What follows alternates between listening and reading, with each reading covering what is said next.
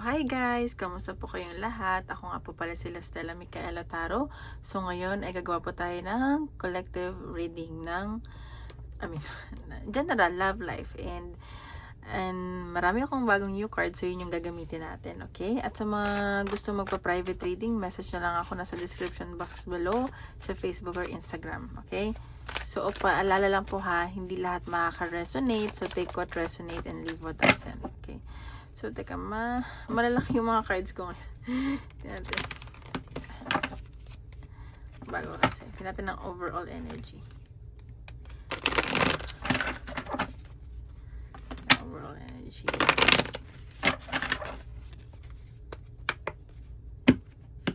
Ng collective. Brick wall, defense mechanism, guarded, hard to reach. So, sa nakikita ko dito, iba sa inyo, nagsa-self-love, and guarded kayo. And naglalagay kayo ng wall talaga kahit kanino. Mapa-love life man, single man, or in a relationship or married kayo. Alam nyo yung natitira kayo para sa sarili nyo. Ganyan. So, ayan o. At gusto nyo kasi good vibes lang, ganun. And parang ini-enjoy nyo lang kung ano yung meron ngayon. Pero at the same time, ginaguard nyo yung sarili nyo. Kasi parang napagod na kayo eh. And na-frustrate din kayo. Siguro trauma to from the past. Ayan. So, tingnan natin. Papakita sa love life. General love reading.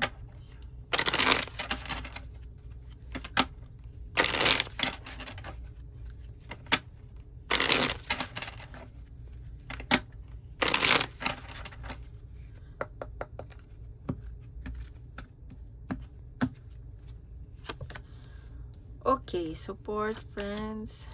Okay. Sa nakikita ko dito, siguro kayo or ng person mo, parang meron kayong pag-uusap tungkol sa pera, sa business. Baka gusto nyong magtayo ng business, kasi sa tingin nyo doon kayo saswertehin. And sa nakikita ko, gusto nyo supportahan kayo ng person nyo or supportahan nyo isa't isa. And yun yung kailangan nyo. Kasi parang may maglalabas kayo ng malaking pera dito. And may nakita kong bigla ang travel sa inyo. And pero kasi iba dito napapanghinaan ng loob. Parang nag-iisip na baka hindi rin naman maging successful, ganyan. Ang daming pag-iisip and ang daming siguro sa inyong inuutangan. Baka dapatin kayo ng utang ng mga kaibigan nyo, malapit sa inyo. Kaya iwas muna kayo sa ganun. Yan, may pag-iwas. Pero sa nakikita ko dito, grabe yung pangarap niya ng person mo. As in, meron ako nakikita ditong may pangarap kayo na matutupad. May wish kayo na matutupad. Ayan. So, ayan, medyo may pagdadalawang isip lang. Kailangan lang mag-ipon dahil siguro tuloy-tuloy yung pasok ng pera, pero ang dami din gastos. So, ayan. And meron din dito isang tao na bagong tao na parang nagkakagusto sa'yo. Basta interesado sa'yo itong taong to. And sa nakikita ko, baka pamilyado to or focus ka sa family mo, ganyan. Kaya hindi mo siya napapansin. And nag-overthink ka, may iniisip ka ditong, may mga inaasikaso kang papeles, kontrata, ganyan. And basta ang dami mong iniisip, ang dami mong ginagawa. And sa nakikita ko naman, gusto mo kasi ng tahimik na buhay, tahimik na pamilya, ganyan. So, tingnan pa natin. Ano pang ipapakita?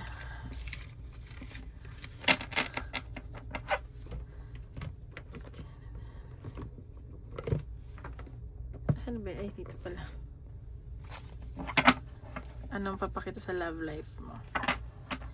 Love life ng collective. Anong parang sa love life ng collective? Ay. Sige, pagbago yung cards. Ay, laki kasi nung cards.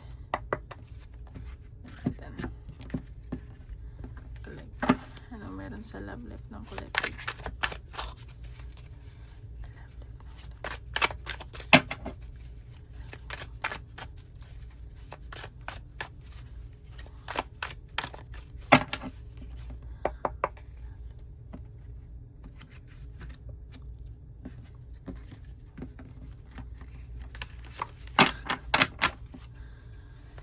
bad habits, drugs, and denial, repeating mistakes, and can break the loop. So, sa nakikita ko dito, may mga, siguro, takot na magkamali, takot na mga, mangyari yung mga nangyari from the past. Kailangan nyo ng i-end yun. Like, putulin na yung mga bad habits from the past, o yung person yung may mga bad habits, and parang nahihira, yung mga addiction ba, siguro, sugal, yosi, or ano man yan. And doon kayo nai-stress. May mga bisyo siya na parang hindi mo kayang, ano ba to? Hindi mo kayang makita, ganyan. Parang hindi mo talaga siya, yung parang red flag para sa'yo. And nasasaktan yung ego ng person mo. And sa nakikita ko yun yung nagiging problema nyo ngayon. Ayan, no?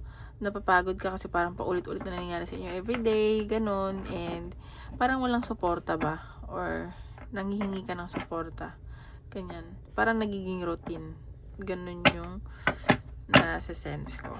Okay, tingnan pa natin ano nangyari sa love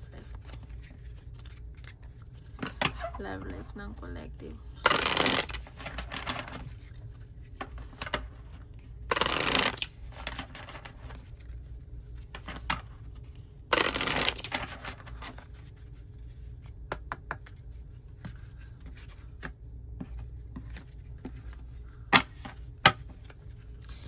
Progress, not perfection. So, sa nakikita ko dito, kahit hindi naman perfecto yung person mo or ikaw, nagbabago rin naman siya or ikaw. And ginagawa niyo yung lahat para maging masaya kayo, maging okay kayo, and yung mga siguro someone from the past na to, or yung mga nagawa niyo from the past, ayaw niyo nang maulit. And sa nakita ko, yung person mo ay nagbabago naman, and ginagawa niya lahat para maging mas better siyang tao, maging better siyang tao sa'yo. Ayan, no? Pero sinasabi dito ikaw kasi choose yourself. And kahit naman sa lahat ng bagay, kahit in a relationship ka, kailangan piliin mo yung sarili mo. Alam mo yun. Siguro ganun. So, tinampan natin. Ano ang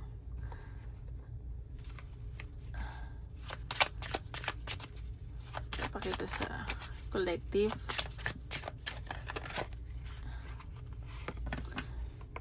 Stop cosplaying fear as guidance, anxiety. Siguro dito, meron ditong mga trigger warning, anxiety, and parang, alam mo yung mga napaparanoid.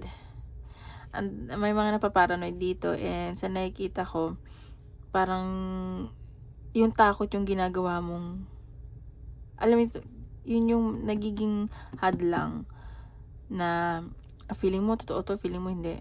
And sa nakikita ko, ano siya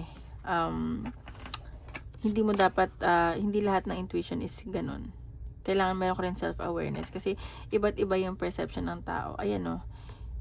You're starving while calling it fine dining. So, kailangan mong makita yung self-worth mo. Parang nagiging in denial ka, ganun. So, ayan. Tingnan natin. Ano ang nararamdaman sa'yo ng person?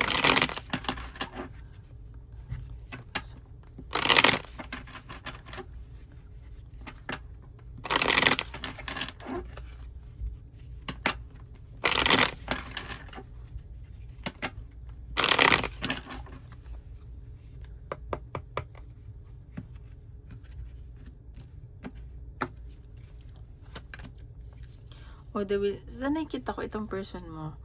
Feeling niya, ang swerte-swerte niya sa'yo. And ang swerte niya na nakuha ka niya, na ikaw yung person niya. Kasi parang, parang gumaan yung buhay niya, yung pakiramdam niya, parang umaliwalas lahat, ganun. And sa nakikita ko, itong person mo emotional, mahal na mahal ka nitong taong to. And balance tong taong to. Kahit na emotional siya, ginagamit rin niya yung isip niya. Pero ikaw, nagiging matalino ka. And ayaw mo yung pabugso-bugso ng damdamin. Meron dito siguro Aquarius moon. Ayun ko, bigla lang, tinan nyo yung sun, moon, rising, Venus nyo.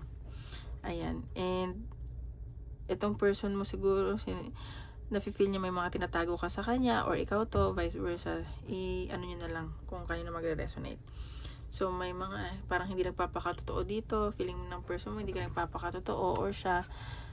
So, ayan yung siguro naging blockage sa relasyon nyo. Pero sa nakita ko, kahit na ganun, mahal ka nitong taong to. Sobrang sincere na nararamdaman niya sa'yo, ganyan. And sobra-sobra yung pag-overthink nito. Ikaw laging iniisip niya. Ang dami niyang plano na gustong mangyari sa connection nyo, sa relasyon nyo. Ang dami. Hindi to makatulog minsan kakaisip. Parang natatakot siyang mawala ka sa buhay niya. Ganun yung nasa sense ko.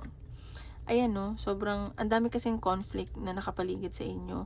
Hindi kayo mismo eh. Sa nakikita ko is yung mga nakapaligid, yun yung nagiging conflict. And, kumbaga parang naano lang siya. Parang nadadamay lang kahit hindi naman ganun. So, ayun. And sa nakita ko, may collaboration kayo ng person mo, nagtatrabaho kayo parehas, and parehas kayo na gusto mangyari na magkaroon ng magandang buhay, ng maayos na buhay, masayang pamilya. And sa nakita ko, marami kayong pinag-uusapan. Siguro, gusto nyo mag-build ng business, ganun. Ayun nga, Ace of Pentacles. So, itong person mo, sa inyo, sa connection nyo, mayroon ako nakikitang promotion, or may malaking pera na paparating sa inyo. Parehas kayo swerte. And, meron din, siguro may mga gusto ditong i-take your relationship to the next level, ganun.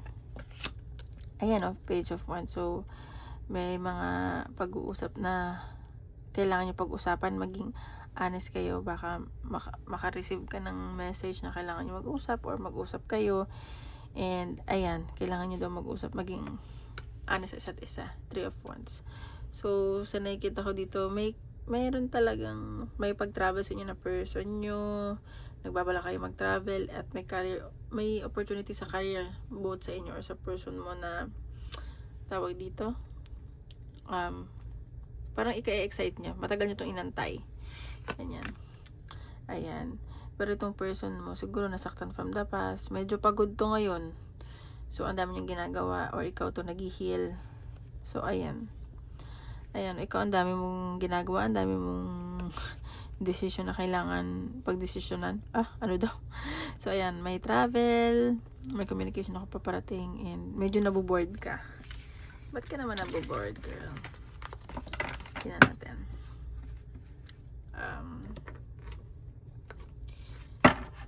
Bagong deck.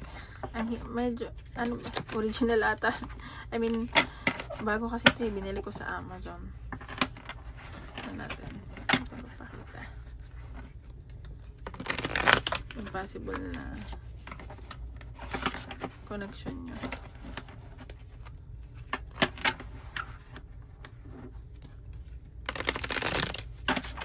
So, first time ko gamitin lahat ng bagong card. So, swerte ng mga makakanood nito.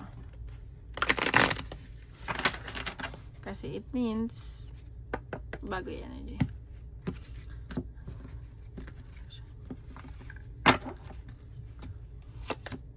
Two of Swords. So, meron dito pagdadalawang isip. Baka in the future magdalawang isip ka o maguluhan ka or yung person mo. Though, ang daming magandang bagay na nangyari sa inyo.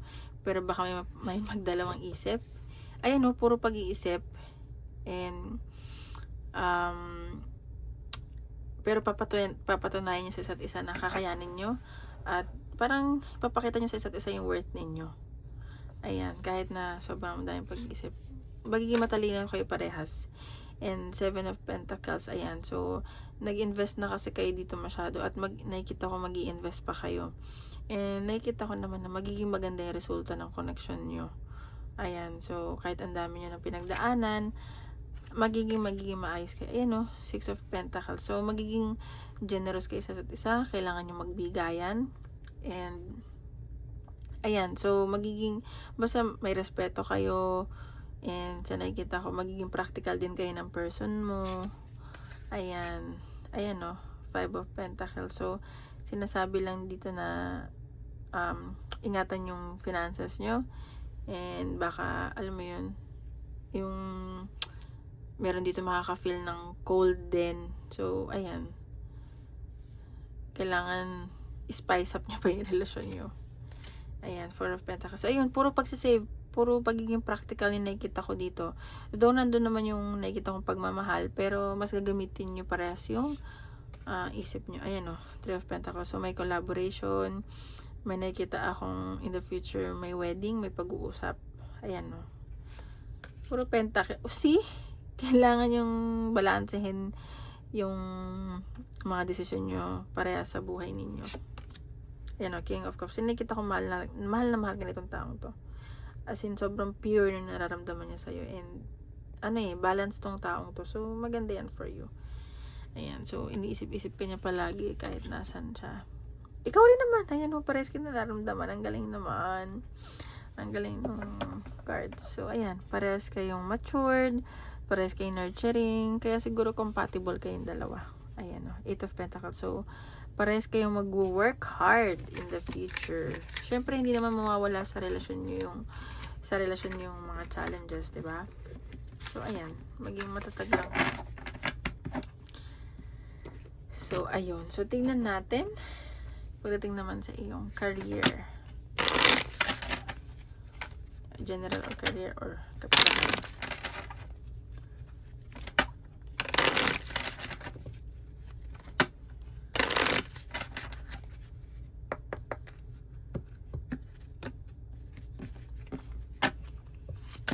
Career, meron ako nakikitang celebration, baka may promotion, may salary increase, ayan.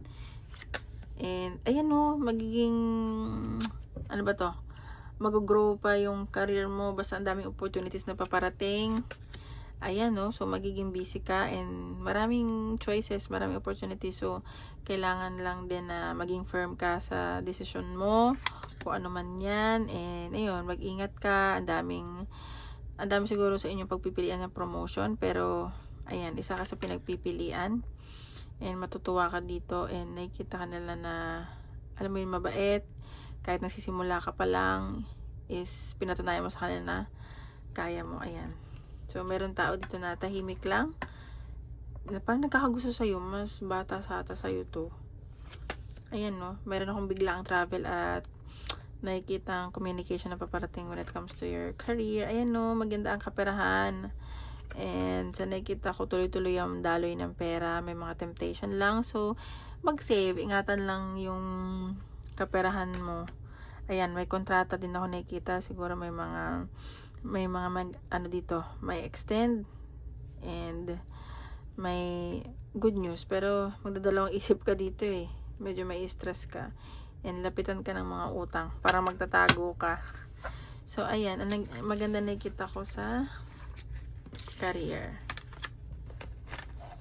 Okay, now, tingnan natin ano ang advice sa inyo ni Universe. Okay, tingnan natin. Okay, sorry guys. Tingnan natin. Anong advice ni Universe?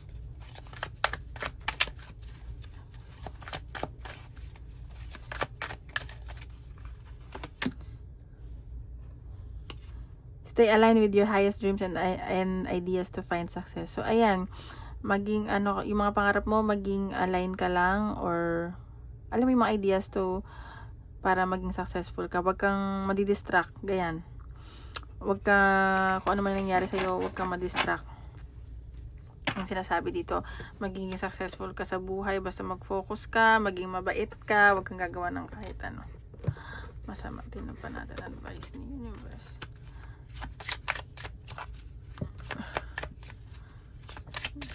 Mahirap pala i-shuffle yung malaking cards.